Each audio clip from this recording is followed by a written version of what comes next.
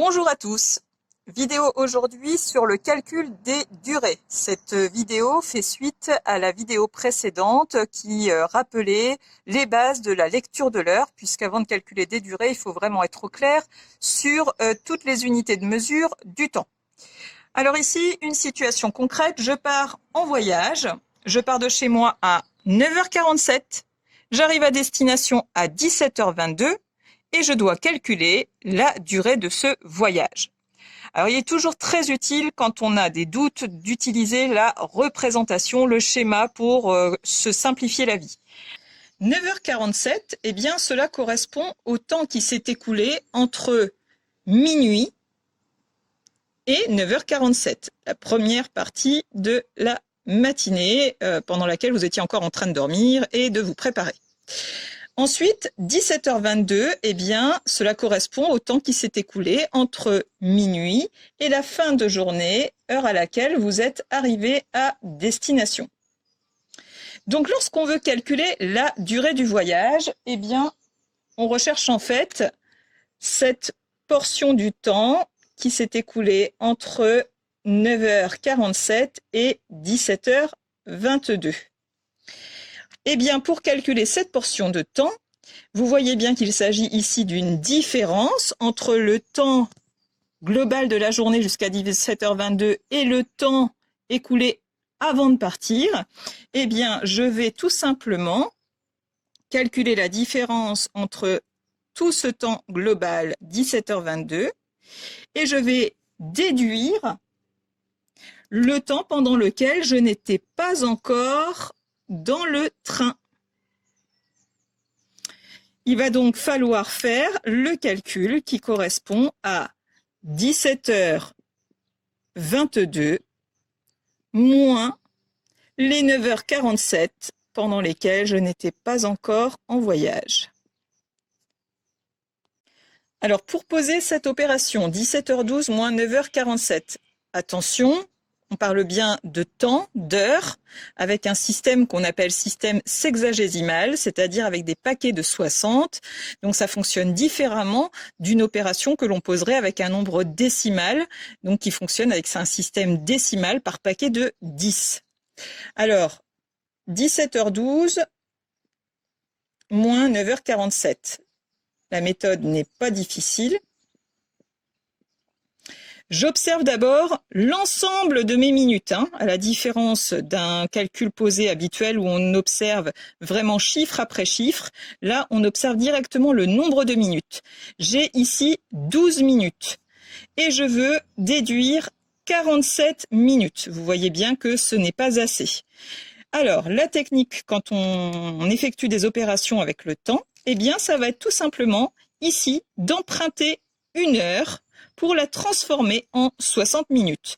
C'est-à-dire que je vais casser mes 17 heures, en prendre une, il en restera donc 16, et transformer l'heure que je viens d'emprunter en 60 minutes. Donc ici, je vais ajouter 60 minutes à mes 12 déjà existantes, ce qui fait 72. Ici, on peut indiquer 60 plus 12 égale 72. J'ai transformé une heure en 60 minutes qui s'ajoutent donc du côté des minutes. Alors maintenant, c'est tout simple. Eh bien, on effectue comme à l'habitude une soustraction. Donc là, on ne se pose plus de questions. 72 moins 47. 2 moins 7, je ne peux pas.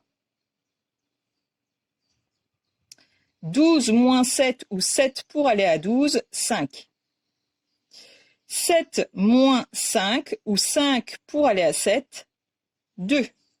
Je viens de déterminer les minutes. Donc ici, j'indique mon H pour heure. Et maintenant, je n'ai plus qu'à observer le nombre d'heures. 16 moins 9, eh bien, tout simplement 7. Donc, je viens de trouver la durée de mon voyage qui est de 7h25. Alors, je vais le garder ici pour mémoire. Durée du voyage, 7h25. Pour ceux qui ne seraient pas très à l'aise avec la technique opératoire, bon, malgré tout, il faudra quand même continuer à la travailler parce qu'elle est utile et elle permet de comprendre le fonctionnement du temps, mais je vais vous indiquer une deuxième technique possible. Alors, il s'agit de la technique qui sauve, et celui qui sauve, en général, c'est Zorro. Donc, la technique du Z. La technique du Z, eh bien, elle nous permet de calculer la durée étape par étape. Donc, on va d'abord indiquer l'horaire de début. Dans notre situation de voyage, il s'agit de 9h47. Ensuite, on va indiquer l'horaire de fin. Donc, toujours dans notre situation de voyage, 17h12. Pour calculer la durée, eh bien, nous allons faire des étapes intermédiaires, c'est-à-dire aller jusqu'à l'heure pile qui suit 9h47, soit 10h. Ensuite, eh bien, nous irons jusqu'à l'heure pile qui précède l'horaire de fin. Alors, on va arriver à 17h12, l'heure pile qui est juste avant, c'est 17h. Cette technique nous permet déjà de définir rapidement le nombre d'heures passées dans ce voyage. Donc de 10h à 17h, c'est très simple, on va avoir 7 heures. Donc la diagonale ici nous indique le nombre d'heures complètes. Ensuite, il va falloir définir le nombre de minutes passées avant et le nombre de minutes passées après. Alors, celle-ci est facile à compléter. De 17h à 17h12, se sont écoulées 12 minutes. Ici, de 9h47 à 10h, c'est facile aussi, mais un petit peu plus compliqué. Donc, on peut faire là encore une étape. 9h47, eh bien, on pourra aller jusqu'à 9h50, puis de 9h50 jusqu'à 10h.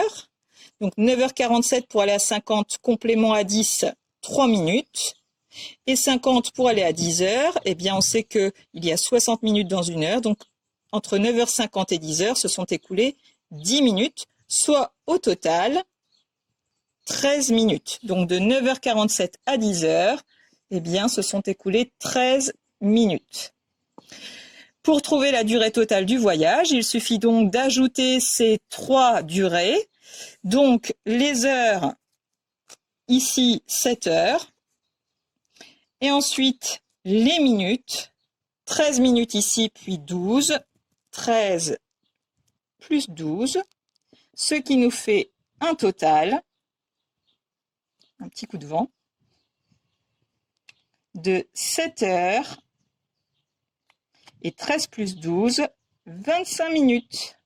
7h25, ce que nous avions bien trouvé par la technique opératoire. Vous avez donc maintenant 2 techniques à votre service pour calculer des durées. Voilà, à bientôt!